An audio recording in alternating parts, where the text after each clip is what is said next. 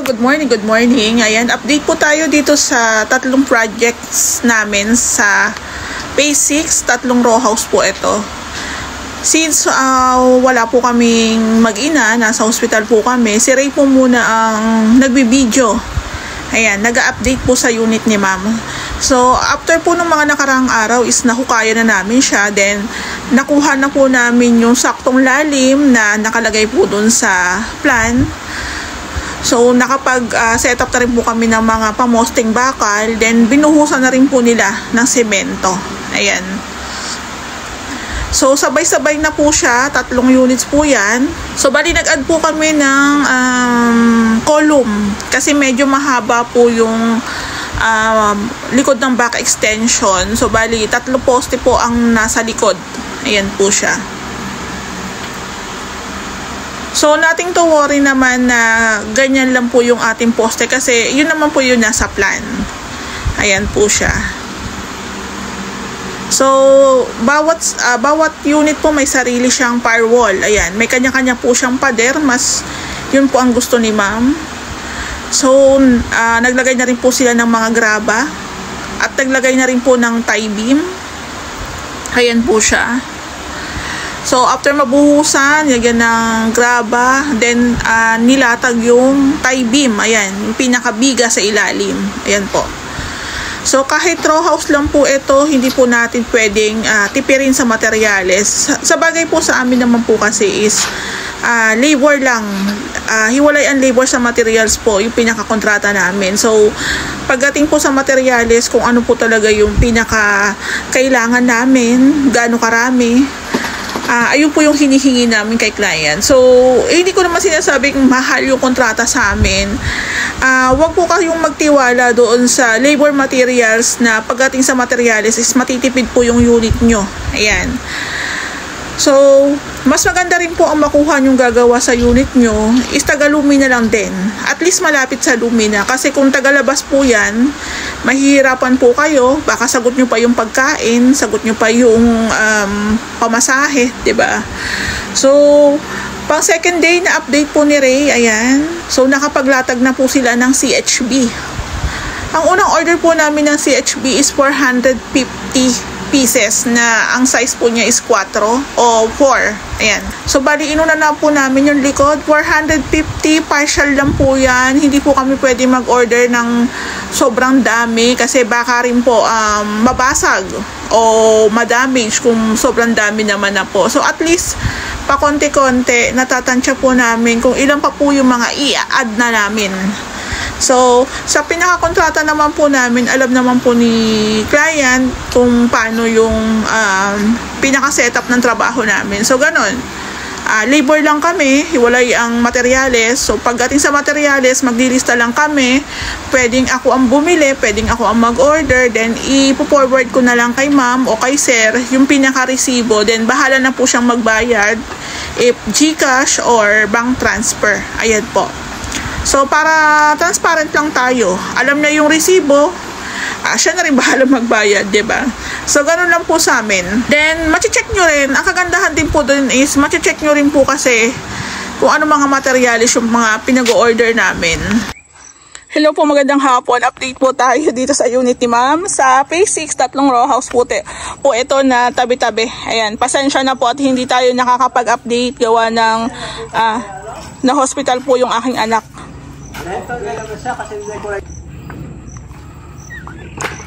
Update po tayo sa project namin, ayan, sa unit ni ma'am. So, bali, ang inuuna po namin munang galawin dito is yung pinaka-extension.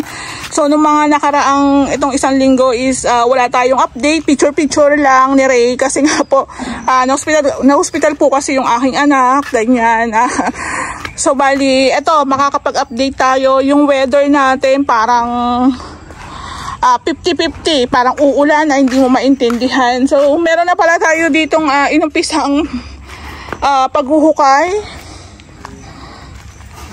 Naghuhukay sila dito tapos pina-stop. Naghuhukay kayo dito tapos pina-stop kayo? So, nag-start na po pala silang maghukay dito sa harapan. Ayan nga, pina-stop dahil ang sticker daw is kulay green. So, hindi ko maintindihan kung ano ba talagang problema.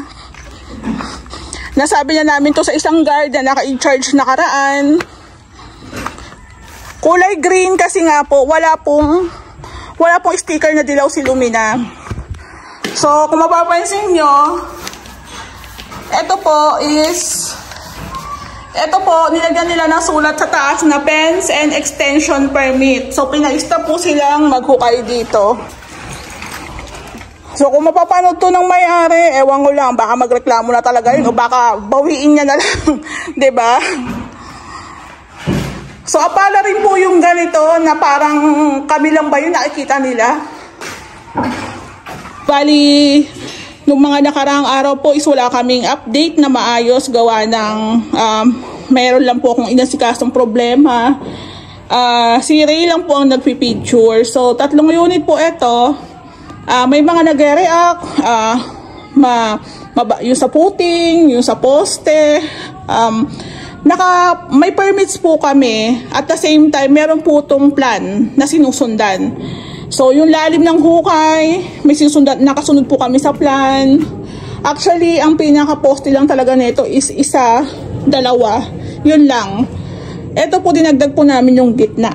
Nagdagdag po kami. So, ito po, hindi namin to matitipid sa materyales kasi unang-una is labor lang kami. Pagdating po sa materyales, lahat ng possible na standard na materyales, ilalagay namin dito. Tsaka, hindi naman nagtitipid din yung may-ari. Sabi ko nga po sa inyo, tipirin nyo na lahat, wag lang yung mga materyales. Kasi, dyan po kukuha ng tibay yung pinakabahay natin. So, nakaka-excite ganito pala yung itsura ng row house. So, parang bigla tong haba o laki pag nagawa na. So, hindi na namin agad siya maituloy kasi kinulang na kami ng CHB. Ang unang CHB namin na order is 450.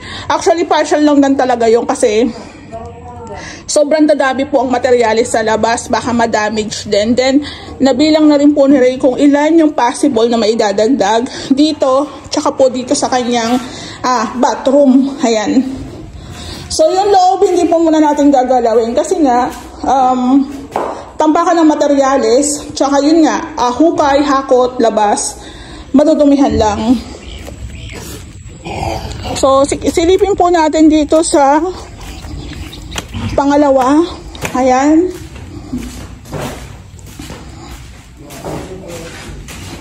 Ayan po.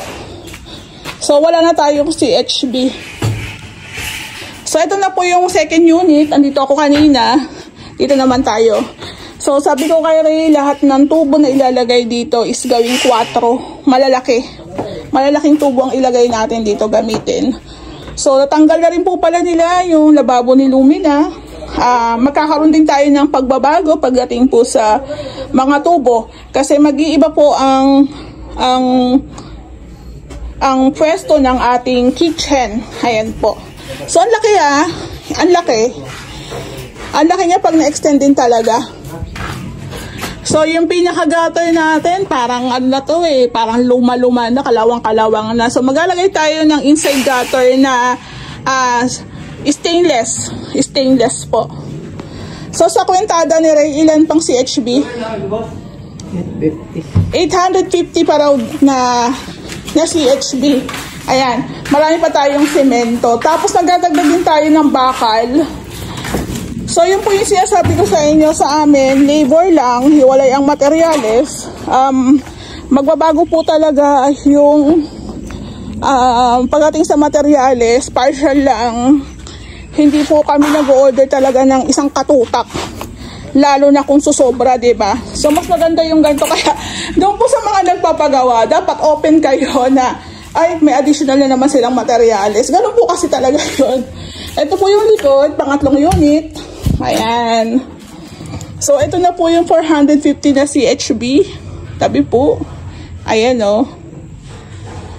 So, ito po talagang sinadya namin na nakaganto lang yung pinaka-poste namin. Kasi nga po, para wala na po siyang bubukol dito. May tawag dito, hindi ko lang ano yung exact na tawag. Katulad po nito. Ito po sumobra yung parang boss nila, pero parang tinanggal nila, inuka nila. Kasi ito, ipa-plastering pa po yan. Ayan. So, pangit po kasi yung gawa na nakaumbok pa yung mga poste dito sa may, yung kurba po ng poste nakaumbok dito. So, ganyan po sa amin. So, ito po parehas po itong may sarili-sariling pader. Ayan po. So, kumapit din po kami doon. Inuka namin siya ng konti. Sininsil namin ng konti. Ayan. So, I think sira-sira na rin yung kanilang mga may mga kalawang na eh. Yung inside gutter, so kailangan mapalitan. Tapos yung roofing, yung flashing, kailangan i-check kasi mukhang umangat na yung mga tornilyo doon. Ayan po. So baka sa mga susunod na araw, kung umuulan, dito sila sa loob gagawa, papatibag ko na rin to. Papatibag ko na rin po. Isarap po muna natin to. Ayan. Dapat meron tayong lock dito, tsaka ito. Ayan, lock natin yan. So, yung tiles namin, naka-ready na. Daming insulation. Kasi wala itong insulation eh. Tapos, kita na po yung mga dugtungan. Kaya ito po, babaguhin din namin to. Kaya, isa rin po sa bentahin ng Reo House Makeover is yung paggamit ng PVC ceiling panels. Ayan. So, meron tayong mga insulation dito. Double po yan. 3 units po ang paggalag dyan. Ayan po, double po siya. Tapos, ABC. Ayan po talaga ang pinaka-brand na ginagamit namin. Tapos, andito yung ating mga Hydiplex na gagamitin. Metal parings. Ayan. So, nasabi ko naman kay ma'am na pupunta ako dito. Actually, shoutout ko lang si ma'am. Ma'am Tina, shoutout po. Thank you kasi sabi niya na-miss daw niya ako. Mas gusto niya akong mag-update eh. Ayun, kasi mostly talaga sa mga clients namin, mas gusto po nila yung na-update din yung unit nila paunti-unti kahit paano. So, ituloy nyo na yan. Pag nagreklamo, ipaon nyo dyan. Ayan, ayan, ako na bahala kumausap. So, ito pong front extension naman ng aming huhukayan. Saturday ngayon, di ba? Sabado. Then, magpapakuha po ako ng gate pass para po dun sa additional na CHB. Wala na kami CHB. Ayan. Siguro mag-add na rin tayo ng buhangin para sa gate pass. Ayan. So, ito po, ipapahakot na naman po namin to gawa ng, ayan, magiging abala rin po yan pag nagtatrabaho, lalo na paulan-ulan, maputik, ayan. So, bali, ito lang po muna yung update natin today. Ayan, thank you po.